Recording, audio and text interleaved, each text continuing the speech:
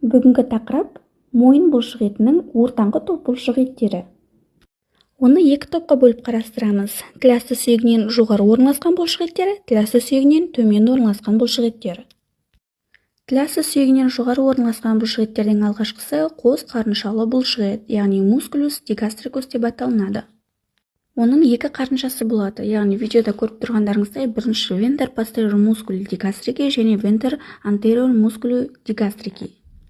Олар өзара сіңірше арқылы байланысатын болады. Вентер posterior musculi digastrici басталады алдыңғы қарыншаның сіңіршесінен және бекиді самай сүйегінің емізік тәрізді өсіндісіне және емізікті тілігіне.